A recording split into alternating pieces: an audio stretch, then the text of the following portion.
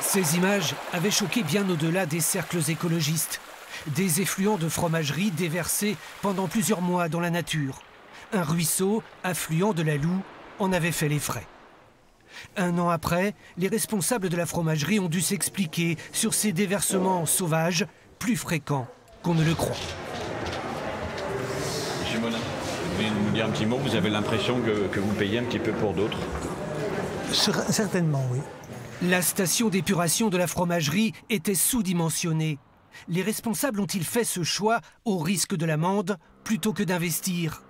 Les défenseurs de la nature ne sont pas loin de le penser. Il y avait un petit peu peut-être un côté intouchable et on espère que ce procès, selon bien sûr, on n'en sait pas encore l'issue, mais selon l'issue, on voudrait que certains acteurs arrêtent de se sentir intouchables parce que l'environnement vaut autant que l'économie et vaut autant que les autres filières. Dans une autre affaire, c'est encore la station d'épuration qui dysfonctionne. Des milliers de litres d'eau et de lait éjectés à plus de 30 degrés dans un ruisseau. Résultat, une vie piscicole détruite pendant plusieurs mois à proximité de la Loue. On n'est pas sur de la pollution de choses dangereuses. On ne parle pas de pétrole, on ne parle pas de cyanure, on ne parle pas de mercure, on parle de concentration en oxygène et on parle de phosphore qui est en mesure de se diffuser. Les deux affaires ont été mises en délibéré.